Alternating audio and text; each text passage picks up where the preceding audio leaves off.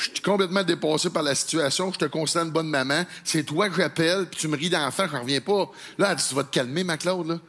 Elle dit, gars, je ris pas de toi, c'est la situation qui est drôle, t'en as pas d'enfant, c'est normal que tu vives des affaires bizarres. Elle dit, la seule affaire qui me fait rire, je vais te le dire, là, c'est que ça existe plus des punitions.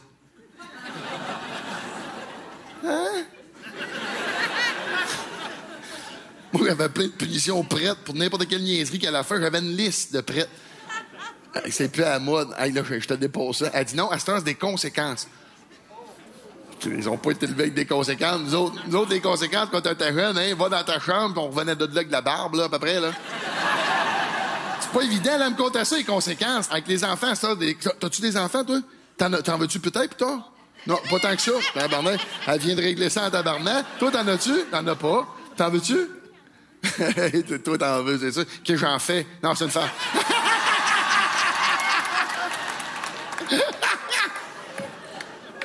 C'est quoi ton nom? Geneviève. Imagine, là. Non, mais gars, mes amis, il parlait un peu de conséquences, parce que si jamais t'en as un enfant, c'est important.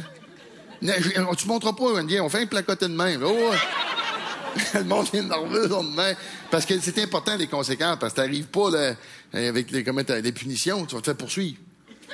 Non, c'est vrai. Puis ça, les bas de Noël, avec des fruits là-dedans, touche pas. Ouais, c'est ça. Tu te fais poursuivre direct, la DPJ débarque, des fruits.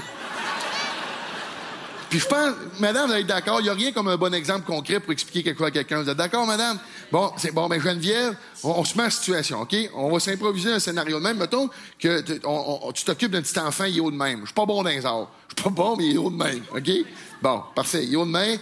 Puis là, c'est toi qui t'en occupes, Geneviève. Puis là, le petit enfant, il met le feu à ton chat. Hey, riez pas, sérieux, riez pas. J'ai pris un exemple vraiment relax. Hein. Relax et très crédible, surtout, là. Premièrement, Geneviève, reste calme. Mets-toi pas à crier comme une folle, là. Le chat! Parce que si tu cries comme une malade, cet enfant-là, plus tard, c'est bégaye, c'est de ta faute, t'es conscient? Faut que tu restes. T'aimes-tu ça, des petits chats, Geneviève? Des petits minous? N'as-tu? Tu n'as pas? Mais tu trouves ça cute. Fait que ma jeune est en feu, là. Ça fait de la peine, dans tabarnak. Là, la petite boule de feu à court dans la maison, t'es là, voyons. Il est-tu en dessous du divan, lui, là? Il est en feu. C'est là qu'il faut gérer la situation de l'intérieur. Faut que tu restes calme. Faut que tu affiches un sourire. Je le sais que c'est pas évident dans la situation. Puis en plus, faut que tu t'assoies avec la pyromane. Oui.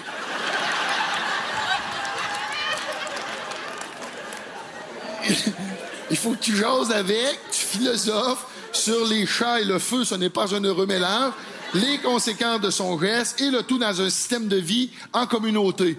Tabarnak. J'avais rien compris, mais j'ai compris de quoi? La claque en arrière de la tête qu'on a eue quand on était jeune, là, elle est plus à mode, hein? Mais étais-tu efficace, ta maudite claque-là? Hein? On s'est quand même rendu jusqu'ici toute la gang. Puis là, je parle pas de ceux qui ont mangé 12 claques puis un coup de genou, là. La claque! Il y en a des plus jeunes, là. Pensez pas que nos parents nous battaient.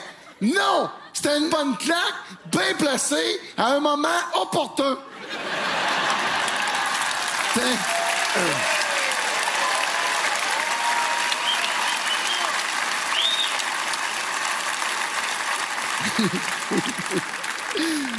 Hey, les jeunes à cette heure, c'est haut de même. Ils ont des opinions. Pardon? T'as une opinion? T'as une couche? T'es conscient que je t'enlève ça, tu vas chier partout dans la maison?